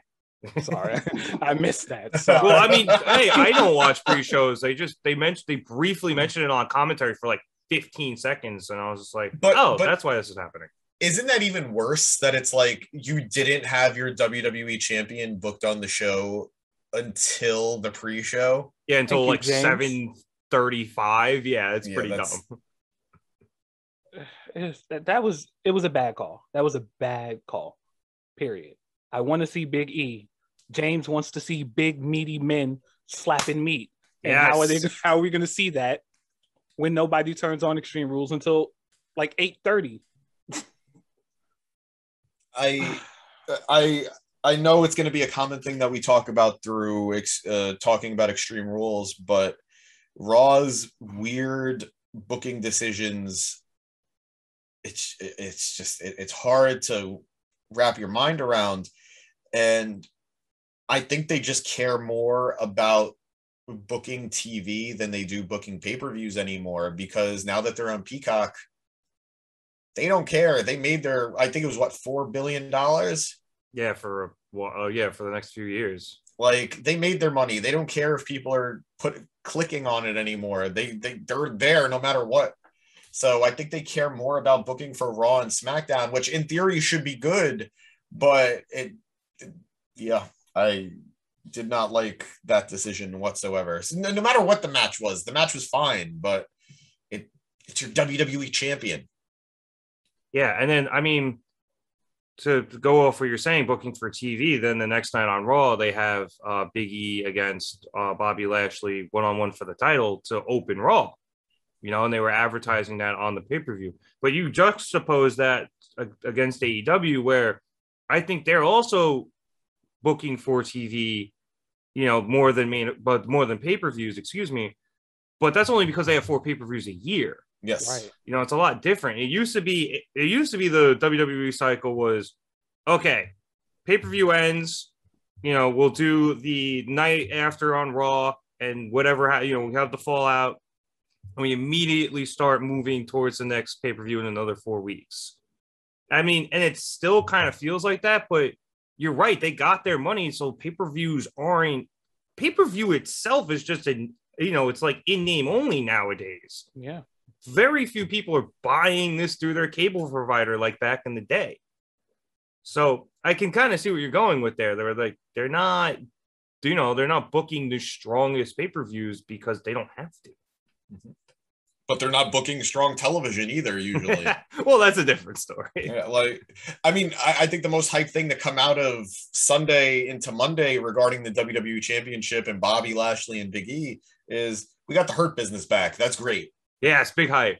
That's great. But you know what? How much cooler would it have been to have Big E and the rest of New Day versus Bobby and the Hurt Business as opposed to friggin' AJ and Omos? It's like, where is the booking here?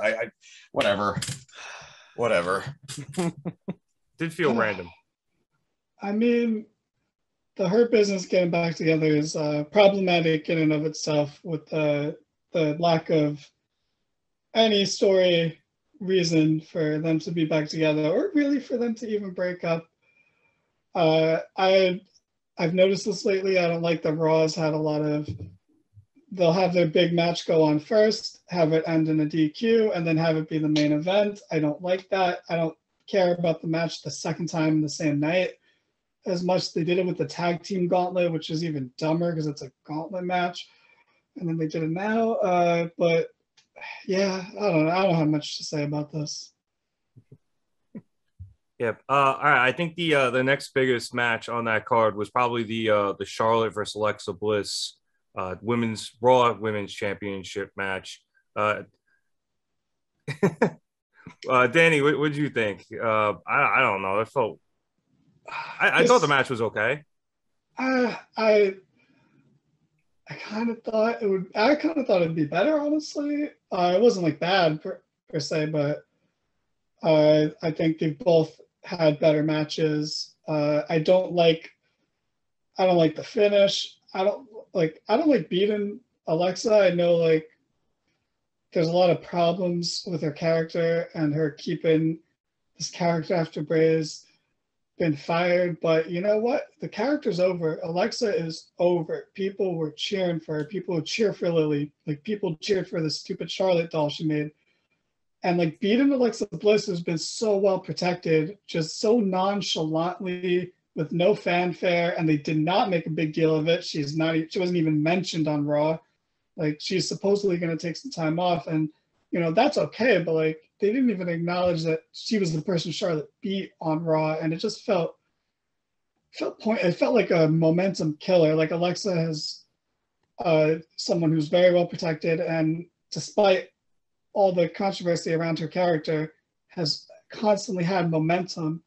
And then she hit the brick wall known as Charlotte, and now and then they had the really botched foam packet she was trying to bite down on after the post match to make it look like she was foaming at the mouth. That did not go according to plan.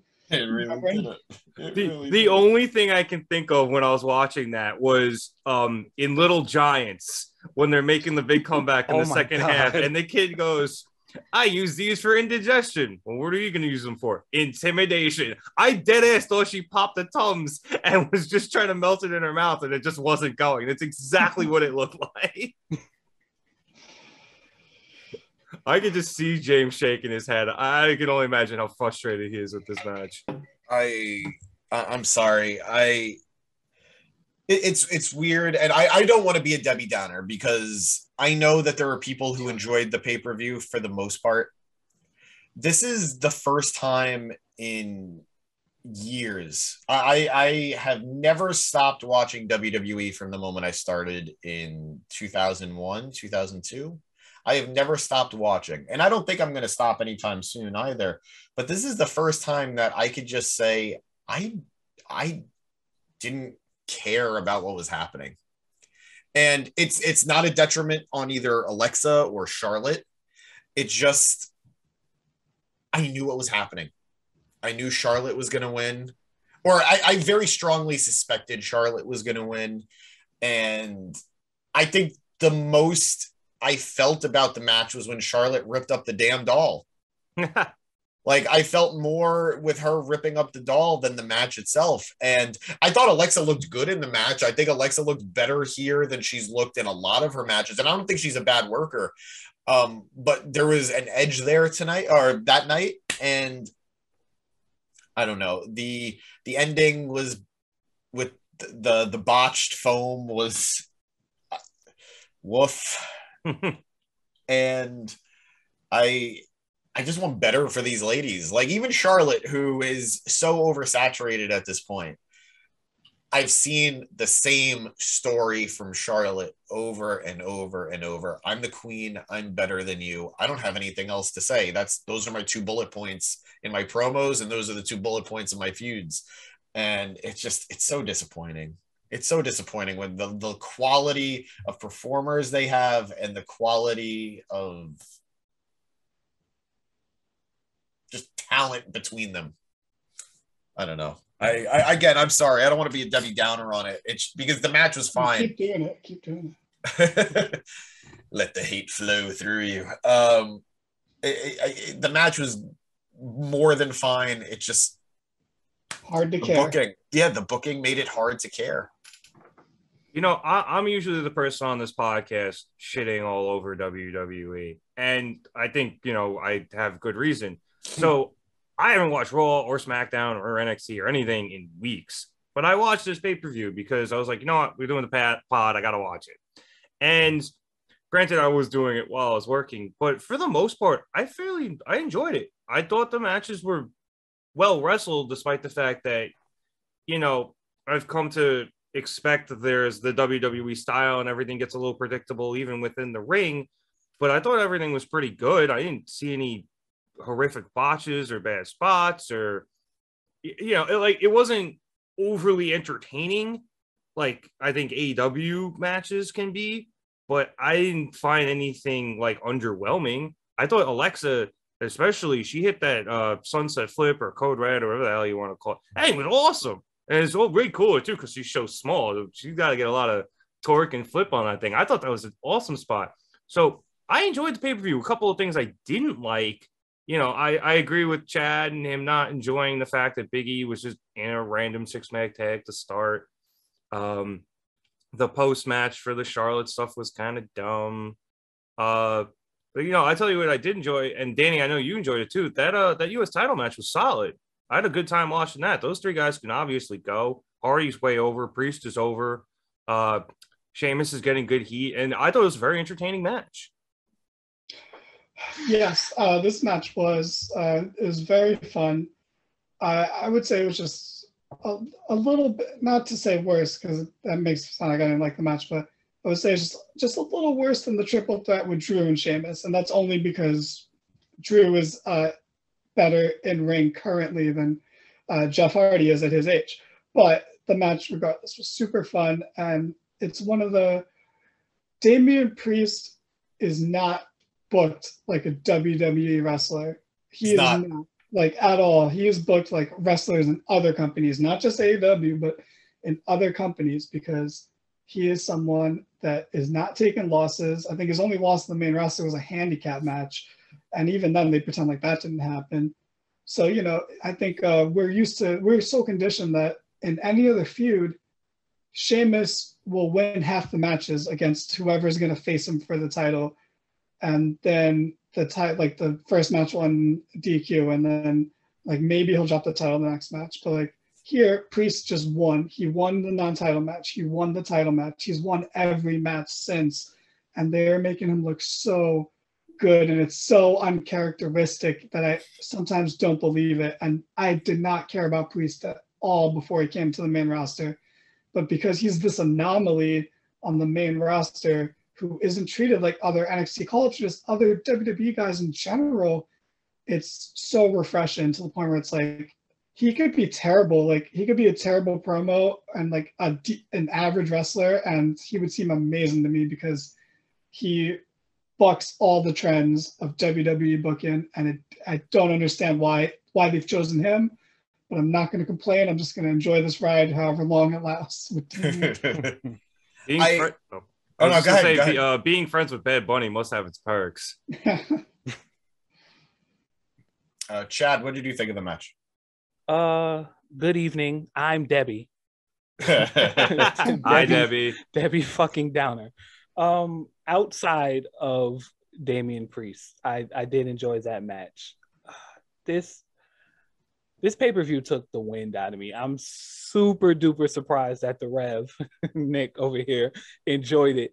I think enjoyed a strong word. What were you on when you watched this? My laptop working. Yeah. I think for me, like, being a WWE fan, for it to have a pay-per-view and to have no title changes, I'll say that for me is a down. Like, even when I know that no titles are going to change, it's still like a con for me. I don't like that shit. It doesn't work for me. On top of the terrible booking and the shenanigans and the horrible finishes, it was just a clusterfuck of ignorance for me. I don't know. I'm sorry. I did not enjoy this pay-per-view at all. I did enjoy the Damian Priest match. Alexa and Charlotte was okay besides the horrible finish. I think both of them are better than that and could have given a better match. Jeff Hardy looked good. I'm always proud of that. Sheamus always looks good to me. Pause.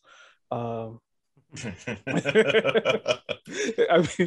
mean, the Hardy taunt and that shit was cool.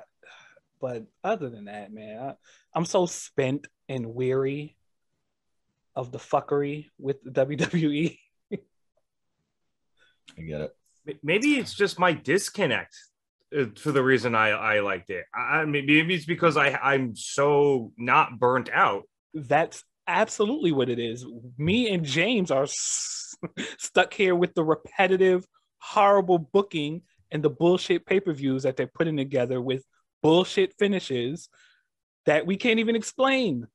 No, and I do agree with you. Like, I thought, obviously no title changes is boring. A couple of the endings were bullshit, and we'll get to the two big ones in a second.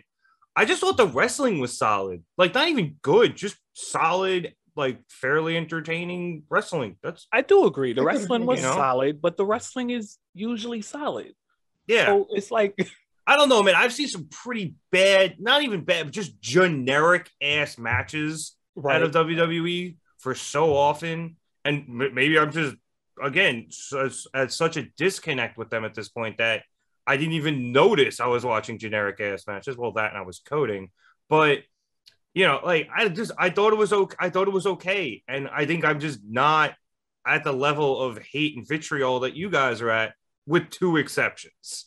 You know what the worst part is, and I'm gonna pull a line from Danny here. I'm not even like, I don't even hate this stuff. I mean, there's one aspect that I did hate, but I'm just so indifferent to it at this point. Like it sucks that I feel so apathetic. I love so many wrestlers in WWE. Like, I am proud to say I am a fan of a lot of these guys. Like, Jeff Hardy is my all-time number one, and I thought he looked great during the triple threat. Like, and his pop was awesome. I'm a Roman Reigns fan. I'm a Finn Balor fan. I'm a Cesaro fan. I'm a Big E fan. I'm a Drew McIntyre fan. There are so many guys that I genuinely like, and they're the reason why I'm still watching WWE, because I want to see them succeed. But how many of these combinations have I seen at this point on Raw? Like, how many SmackDown combinations have I been fed? And it's more and more of the same. And predictable, like, Danny, you were talking about this. I don't know if we got to it while we were recording, but like, predictability isn't always a bad thing when the outcome makes sense and it's good. But man, I felt myself just waiting, because I know you said it, Chad, like, I know title changes. It just felt like, okay, status quo is the same. I could have gone this entire night, not watched the pay-per-view, watched Raw the next day and SmackDown on Friday, and been like, did something happen on Sunday? Like, nothing major happened, and it's awful. Like it's awful to not feel like they don't give me a reason to care anymore. I got to agree. Like, I love WWE's roster. I do. Like, I like a lot of the guys you mentioned, and a lot of the guys that were or are in NXT.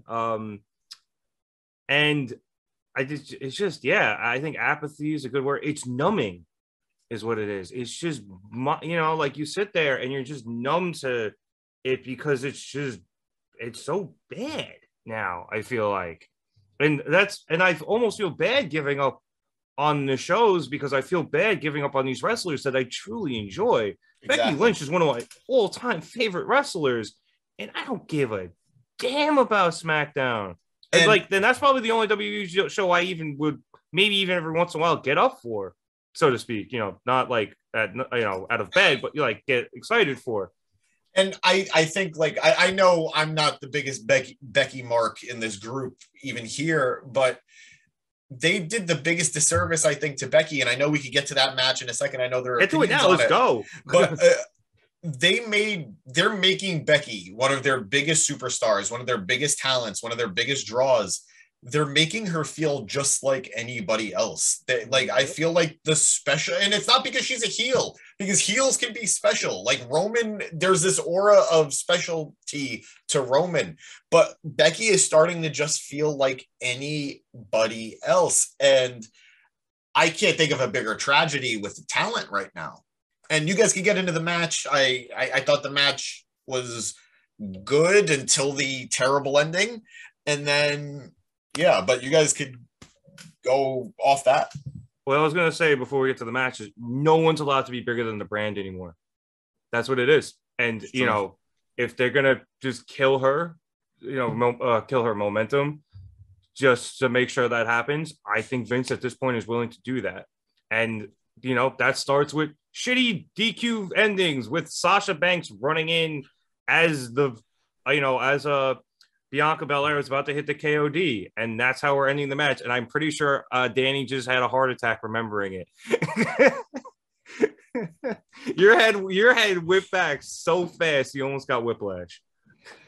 I mean, it did. This is the only reason I watched the pay-per-view, honestly. Like, I didn't even watch it live. I started late and kind of skipped around a little bit and then went back to see if anything was good. But this is the main reason I watched the show. It's Becky's first real match back. It's on pay-per-view. It's for the title. She hasn't wrestled in over a year. Very interested to see how it goes. And it was a really good match. They told a good story throughout. Becky kept getting frustrated every time Bianca got to hit a power move. Becky had a lot of good counters. Bianca had a lot of, not really counters, just, hey, I'm strong, so here you go, kind of spots in the match. It was really fun. They had good chemistry. Becky busted out new moves. She wasn't just coming back and hitting the same few moves. She was adding to her repertoire.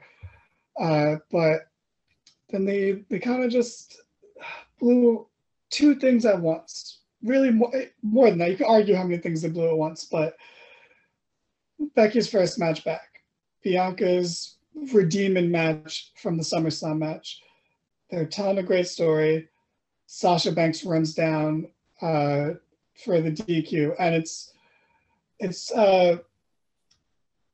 a terrible way to bring someone back. And I was saying this while we weren't recording, but if Sasha Banks runs out and interferes and that causes Bianca to lose, that's so much better. And even then, that's something WWE does a lot, but in this scenario, that is better than what they did, because then Becky still wins her first match back.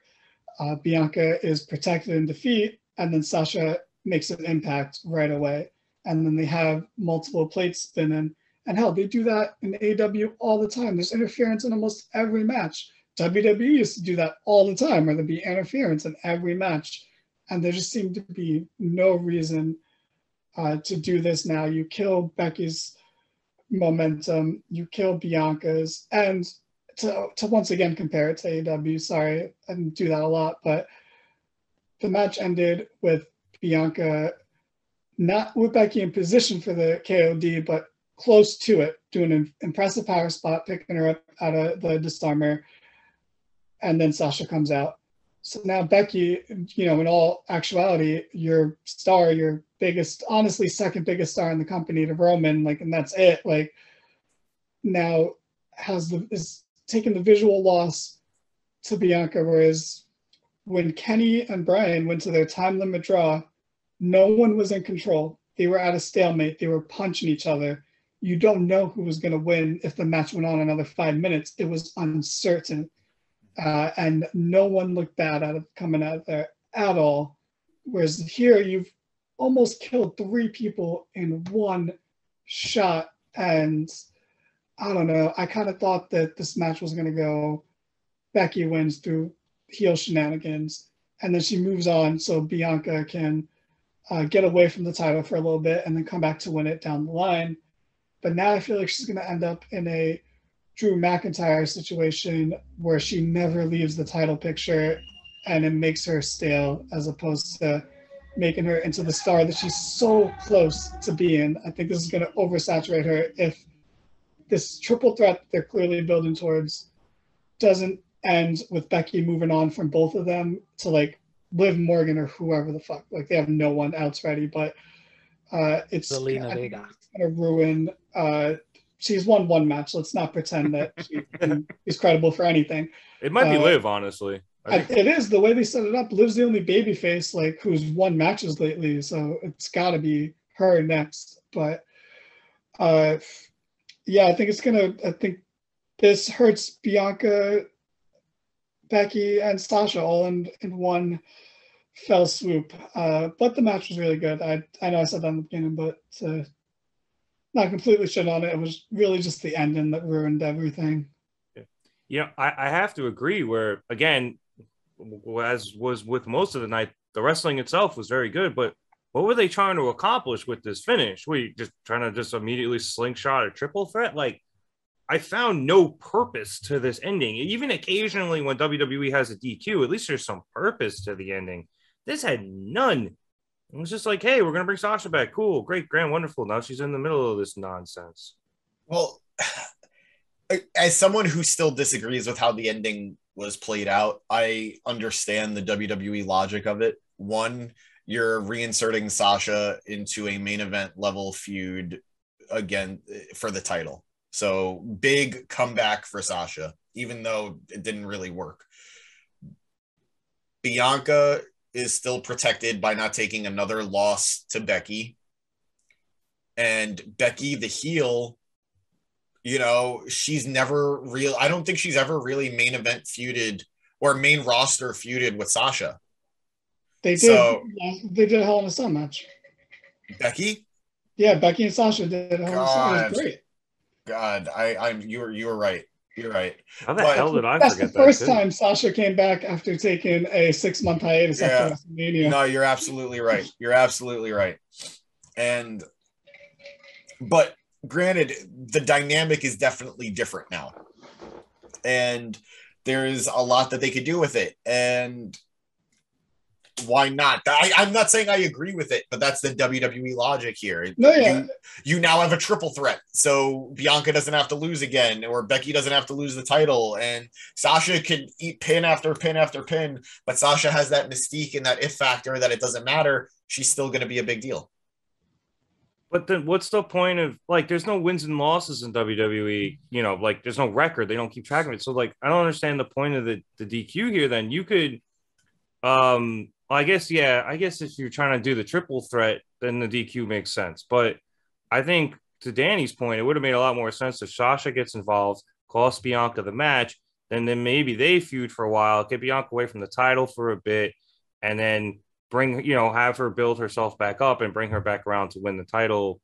I mean, I don't know, maybe by Survivor. Not, you can't do it at Survivor Series, but maybe by the Rumble, maybe around then. I don't know.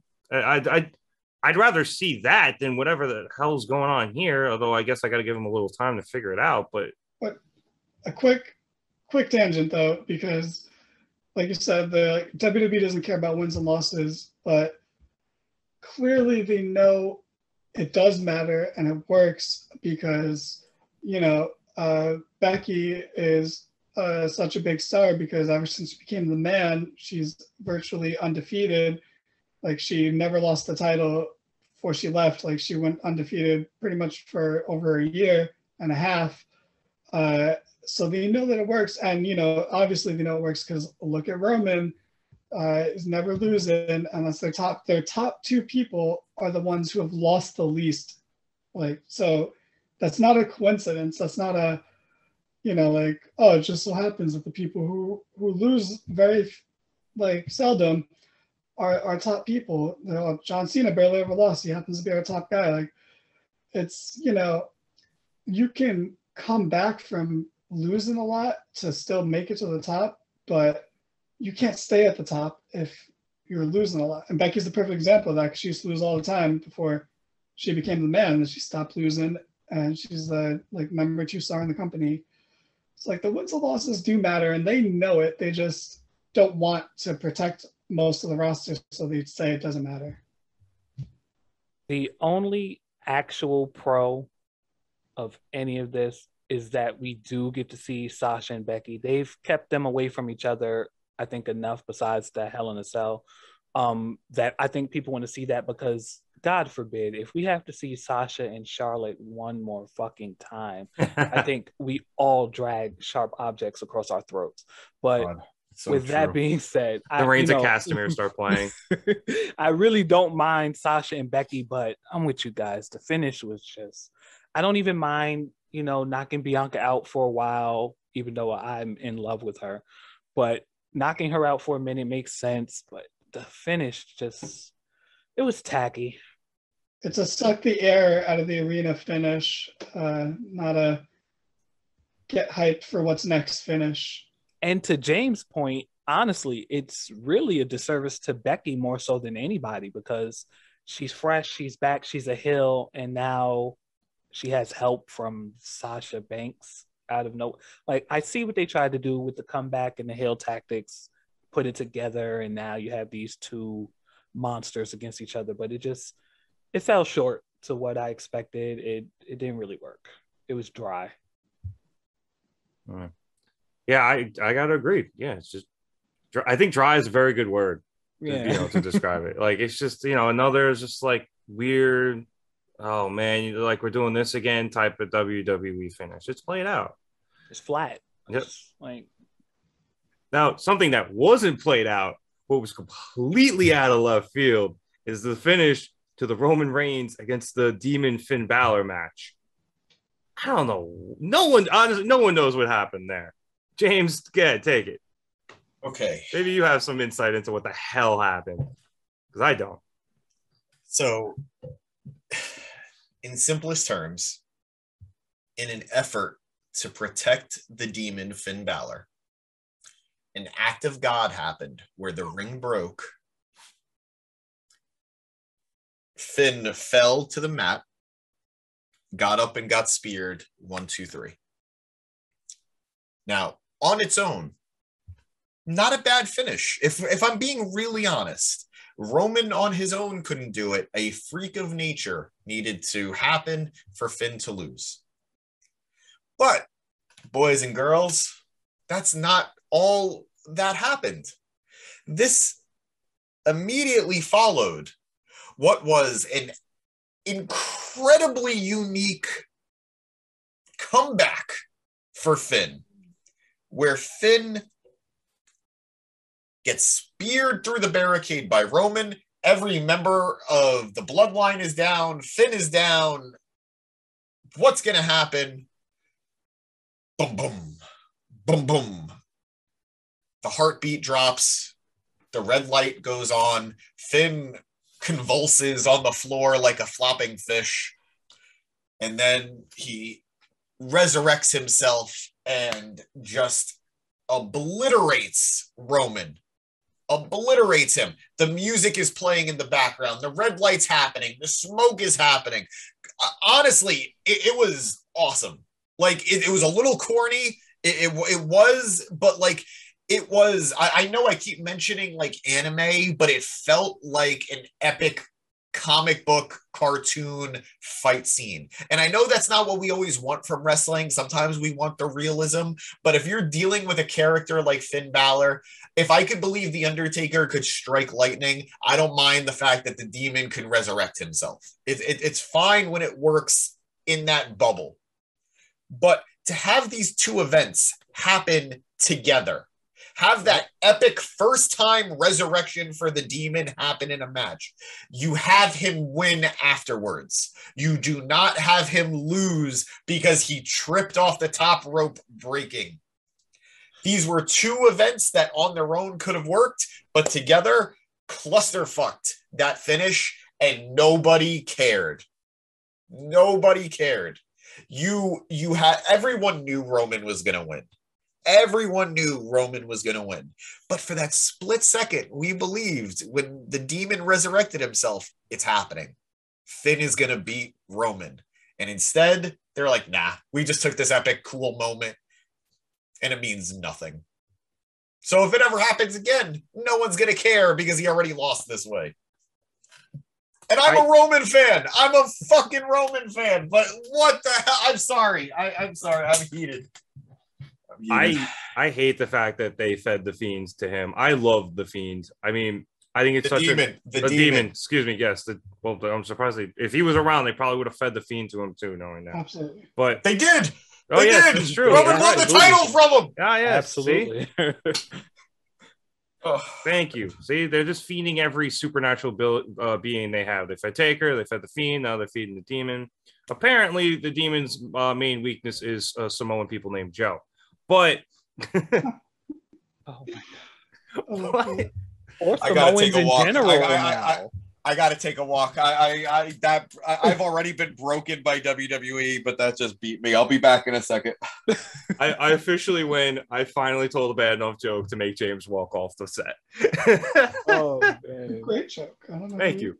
But no, dude, that was god awful. I mean, I don't even know what to say about it. Like, I do agree with James where him flopping on the deck like a fish, to borrow a phrase from SpongeBob, was hokey, right? And the music playing, the smoke coming, it was hokey, but it was cool. It was pretty cool, you know. Like there's this really awesome mystique and aura around the Demon, where like something like that makes sense and it just adds to it.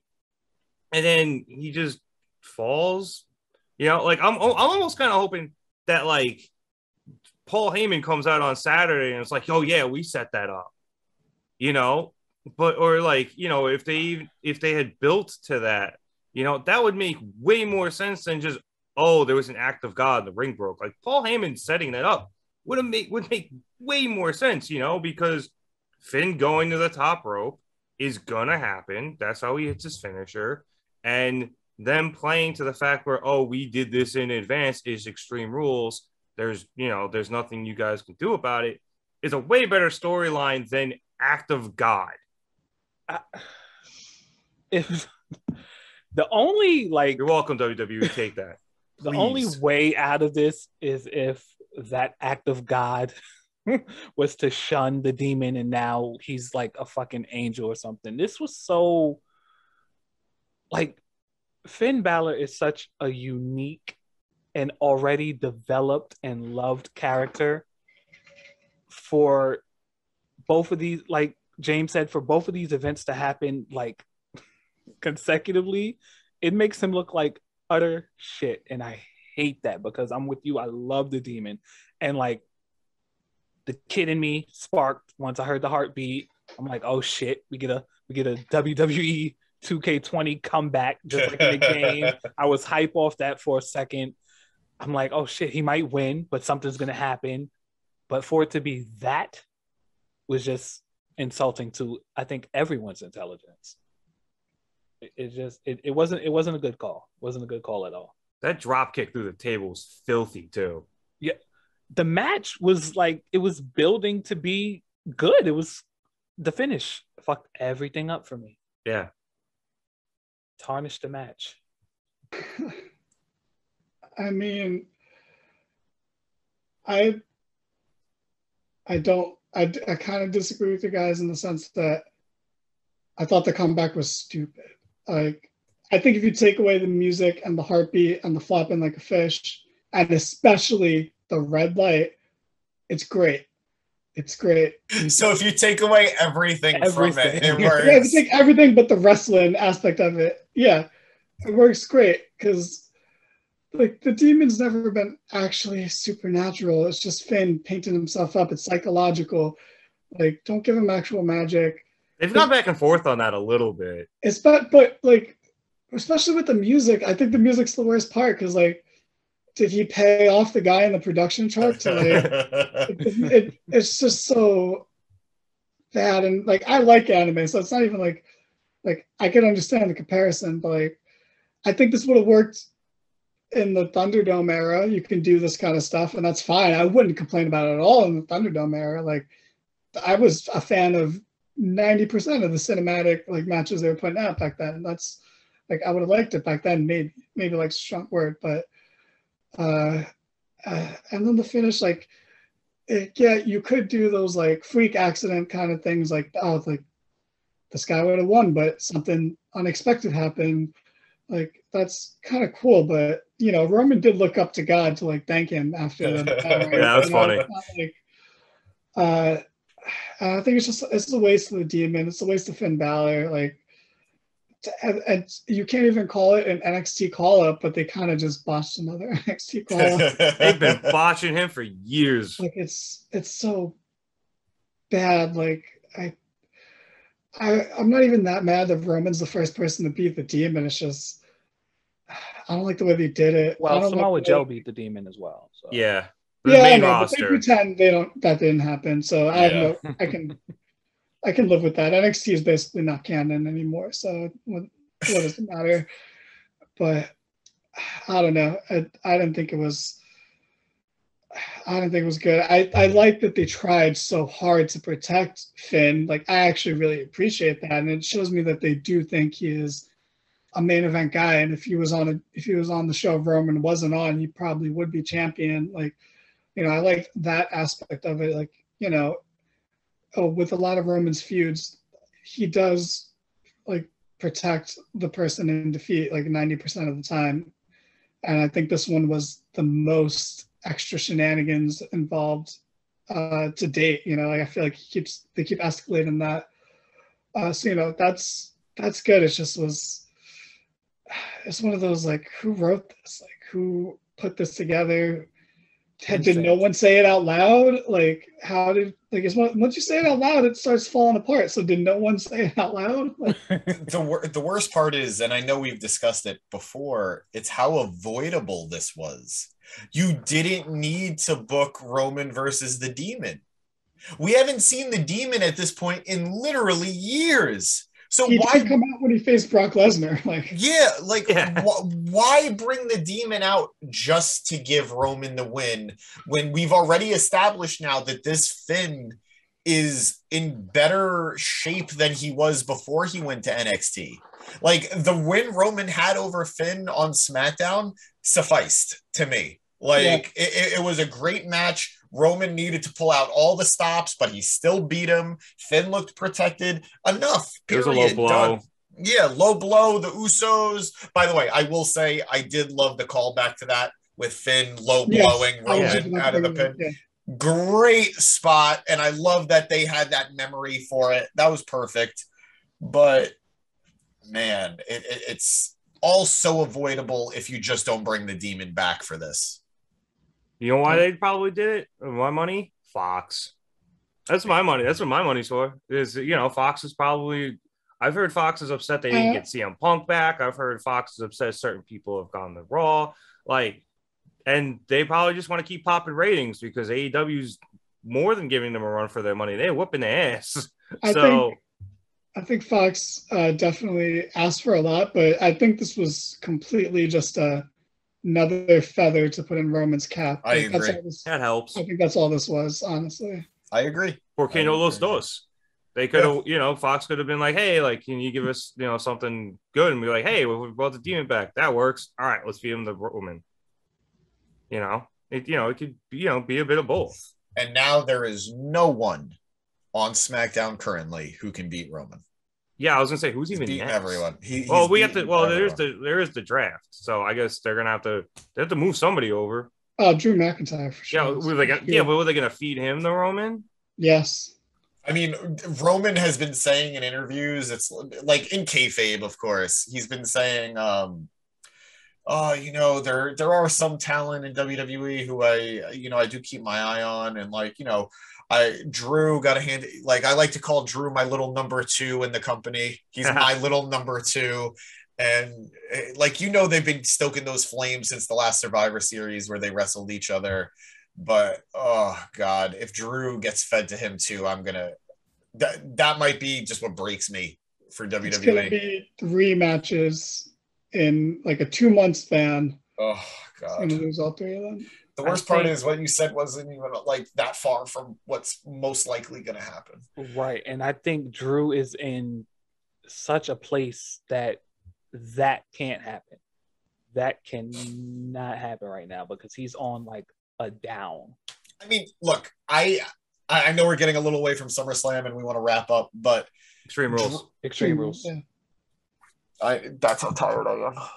He's okay. weary. It's not that big. Well, you know what? I don't even blame you for making that mistake because there was only one Extreme Rules match on this card. Yeah, one. Yeah. And I'm not, and obviously, and there was the triple threat, which is no DQ, but whatever. Yeah. I don't even understand. This is another testament to WWE's ridiculous booking. How do you call a pay-per-view Extreme Rules and only have one on the card? Back when, especially when the last few years, they've been forcing it. Yeah. They've just been like, all right, we need to just throw the stipulation in here because it's the pay-per-view. Wasn't last year's Extreme Rules like the House of Horrors or something? Did it have like a weird subtitle? Oh, God, yeah. So they went from they went from no subtitle to subtitle to no subtitle and no Extreme Rules at the pay-per-view.